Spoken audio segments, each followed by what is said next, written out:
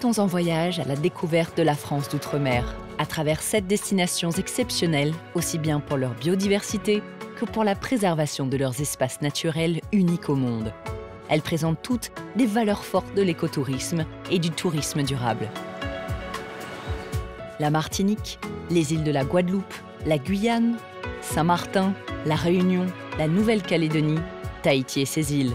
Des Caraïbes au Pacifique, en passant par l'océan Indien, les territoires français d'outre-mer offrent une nature préservée, des cultures riches et variées.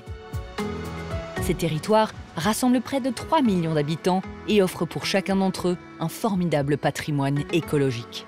Si la France est la première destination touristique à l'international, les territoires d'outre-mer vont apporter d'abord de la diversité, ensuite un mélange à la fois de culture française, européenne, avec tous les aspects notamment sanitaires et de sécurité que cela représente, et aussi une touche d'exotisme avec les savoir-faire et la culture locale. Et puis bien sûr, ce sont des réserves en termes de biodiversité absolument extraordinaires aux 4 coins de la planète. Dans un contexte de relance suite à la pandémie de Covid-19, ces 7 destinations ultramarines disposent d'un potentiel indéniable pour attirer les visiteurs européens et les vacanciers des marchés de proximité. Il faut redémarrer l'activité par cercle concentrique, le marché domestique, les marchés européens de proximité. Et puis pour les destinations outre-mer, les marchés de proximité, ce sont les États-Unis, le Canada ou le Japon, par exemple, de l'autre côté de la planète. Pour se rendre sur ces territoires, l'avion reste incontournable. Cependant, les compagnies aériennes s'engagent de plus en plus pour diminuer leurs émissions de carbone. Air France, par exemple, s'est fixé plusieurs objectifs pour être en accord avec une aviation plus durable. Notre défi et notre ambition, c'est de concilier le voyage et le respect de l'environnement. Le premier objectif qu'on a renforcé en 2021, c'est un objectif de neutralité carbone à horizon 2050, donc d'atteindre net zéro émission, qui se couple d'un objectif plus court terme, ce qui est très important au niveau climatique, de moins 15% d'émissions en valeur absolue d'ici à 2030. Pour atteindre ces objectifs, Air France a mis en œuvre 3 leviers. Le renouvellement de sa flotte, l'écopilotage et l'utilisation de carburants d'aviation durable. Une autre responsabilité d'Air France est d'informer ses clients de manière précise et transparente sur l'empreinte carbone de leur vol et de leur proposer des solutions pour contribuer à la réduction des émissions de leur voyage, telles que la participation au programme Trip and Tree, mené par l'association A Tree for You. Ou bien encore en apportant son soutien à un projet de recherche et préservation de la mangrove en Martinique. Les territoires d'outre-mer présentent de réels atouts de séduction par rapport à d'autres destinations sur le segment du tourisme durable et culturel. Des valeurs au cœur de leur ADN concrétisées par une réserve de biodiversité unique, combinées à des dispositifs de préservation de la nature reconnus au niveau international. En ce qui concerne la biodiversité, quelques chiffres. 97% de l'espace maritime français, 80% de la biodiversité française et 13 000 espèces endémiques. En ce qui concerne les dispositifs de préservation, nous avons d'abord 17 réserves naturelles qui sont protégées, 5 sites naturels classés à l'UNESCO, mais également sur la liste du patrimoine immatériel de l'UNESCO, un certain nombre de savoir-faire locaux, comme par exemple l'art du tatouage de Tahiti. Ces territoires sont à l'origine de patrimoine matériel et immatériel qui constituent une richesse authentique pour la culture française. All of the French overseas territories do have some degree of what I would say is a positive isolation. It means that a culture has time to develop of itself, a strong sense of identity, a strong sense of local pride, combined with this strong French atmosphere and influence as well, is obviously quite unusual in the world, but it's something that all of these territories do very much have in common. Ces destinations font le bonheur des touristes qui peuvent profiter de leur ensoleillement tout au long de l'année, de leur richesse naturelle et culturelle et enfin de leur touche française à des kilomètres de l'Hexagone. Les visiteurs seront par ailleurs assurés par les structures sanitaires, sécuritaires et par les systèmes de transport aux normes et aux standards européens. La grande variété et la diversité de chacun de ces territoires constituent autant d'atouts essentiels de la destination France.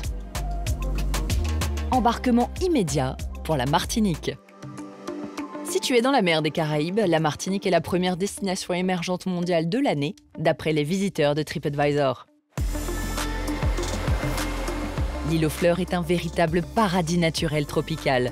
Elle fait partie des 36 hotspots de la biodiversité mondiale. Les nombreuses espèces endémiques et la rareté des habitats naturels qui les accueillent sont la richesse unique de l'île.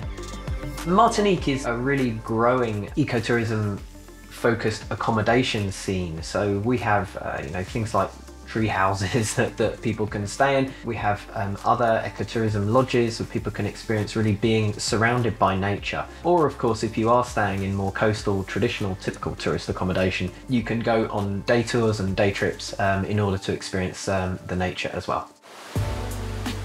Depuis le 15 septembre 2021, la Martinique est devenue officiellement réserve mondiale de biosphère terrestre et marine de l'UNESCO.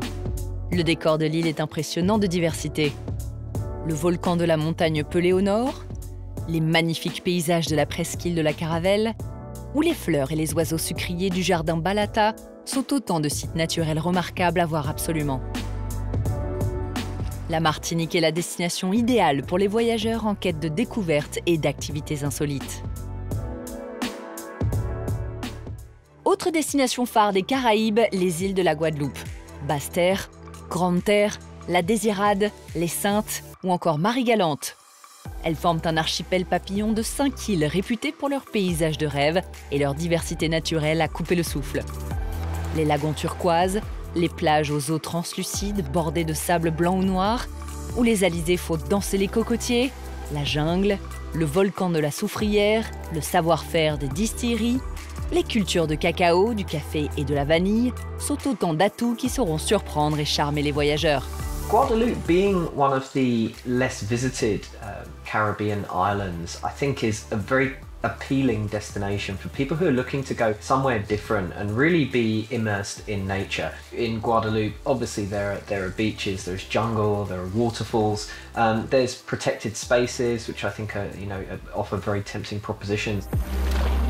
Les activités aquatiques et terrestres se déclinent au gré des envies des voyageurs, qui pourront partir en catamaran depuis Saint-François vers les îles inhabitées de Petite Terre, profiter de la magnificence des chutes du Carbet, ou encore explorer le grand cul de Sac-Marin, réserve mondiale de biosphère de l'UNESCO, et qui fait partie depuis 2009 du Parc national de la Guadeloupe.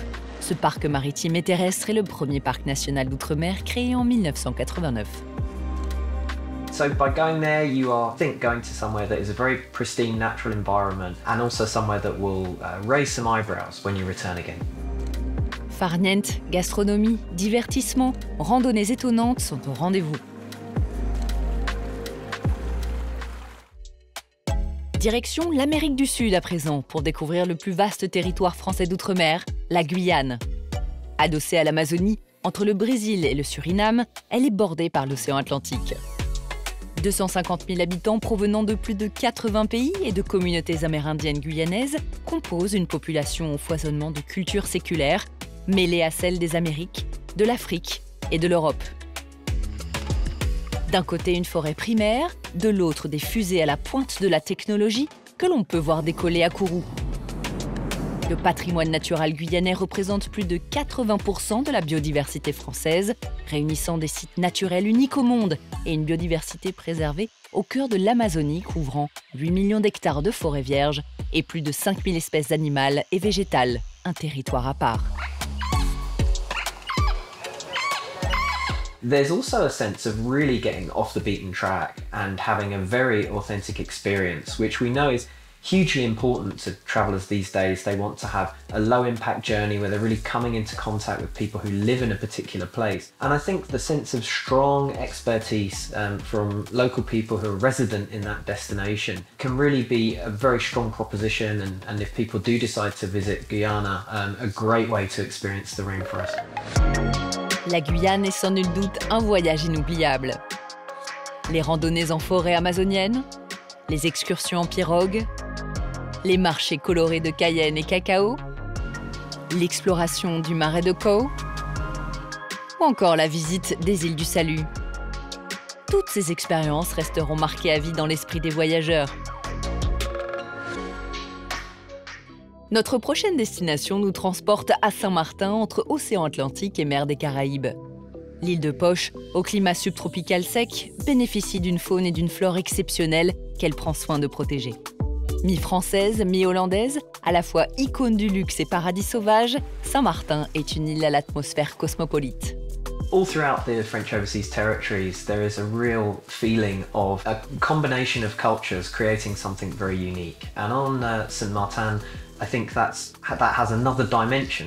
So you have the local Caribbean influence, you have the French influence, and you also have the Dutch influence from the other part of the island. Le contraste entre sa végétation à la fois aride et luxuriante est saisissant. Dans un souci de protection de l'environnement, Saint-Martin a mis l'accent sur l'écotourisme. Des randonnées à pied ou à cheval, des circuits en VTT et des balades en kayak permettent de découvrir l'île de Saint-Martin autrement et sans en abîmer les richesses naturelles. I think you also have this sense of being somewhere that is just so different. When you go, you feel that you are in somewhere that's truly new. And there's not many places in the world where you can say that. So I think Saint Martin has a huge amount to offer. Et Saint-Martin offre de nombreuses activités à ses visiteurs, à commencer par sa réserve naturelle au nord-est de l'île, une aire marine protégée de plus de 3000 hectares où évoluent tortues marines, grands dauphins et baleines à bosse. 5 écosystèmes y sont protégés dans les récifs coralliens. On y plonge avec masques et tubas pour observer des milliers d'espèces de poissons. Dépaysement garanti. Nous voilà dans l'océan Indien à La Réunion. Île volcanique aux 1000 visages, à l'image de ses habitants aux origines très diverses et qui ont appris à vivre ensemble en mixant leurs influences africaines, asiatiques, françaises, indiennes et malgaches. Avec ses plages magnifiques, ses 2 volcans, le Piton des Neiges et le Piton de la Fournaise, l'un des plus actifs au monde, et ses paysages de montagne, La Réunion dispose du décor idéal pour accueillir les amateurs de tourisme durable.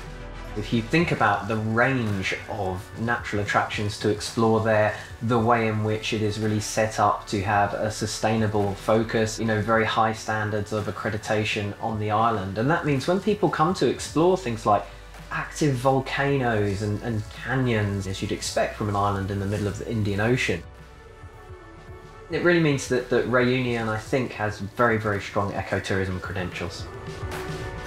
En 2010, 42% de l'île ont été inscrits au patrimoine mondial de l'humanité par l'UNESCO pour la rareté de ses écosystèmes, de la faune et flore endémique qui y vivent. La diversité des paysages permet la pratique d'une multitude d'activités sportives en pleine nature. Randonnée, équitation, parapente, paddle et VTT.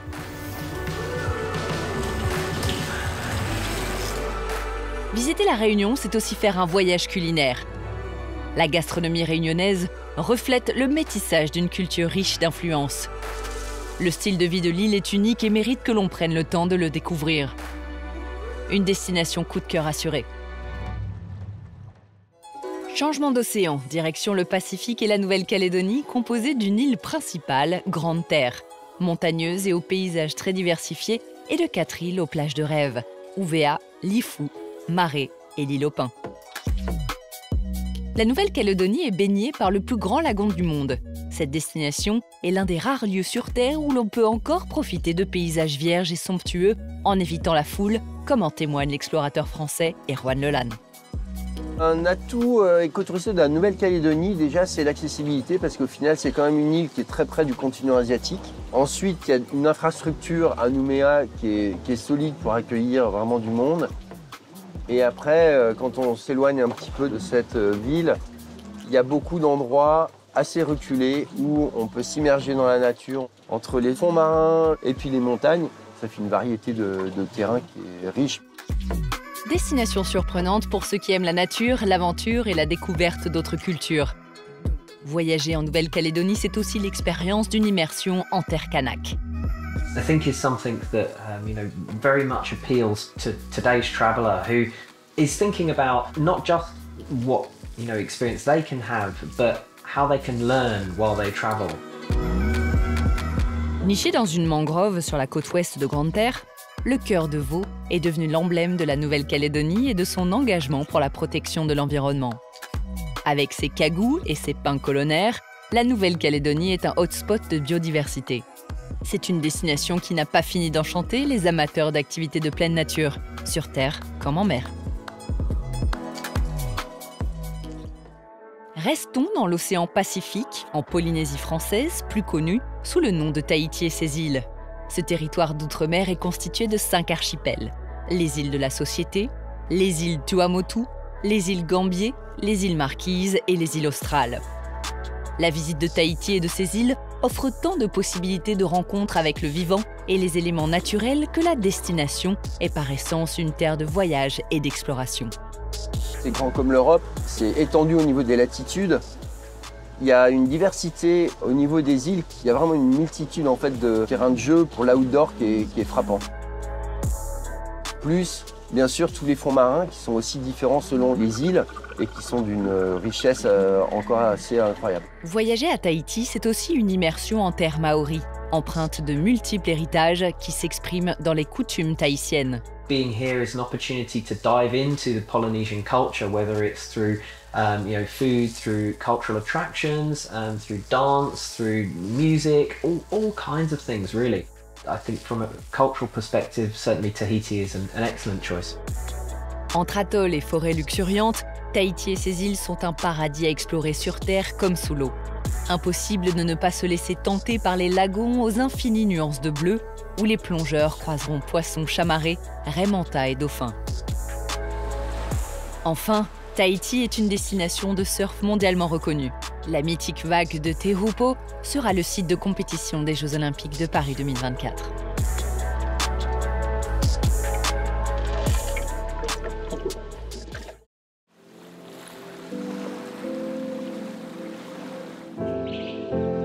C'est déjà la fin de notre voyage à la découverte de la biodiversité des territoires d'outre-mer.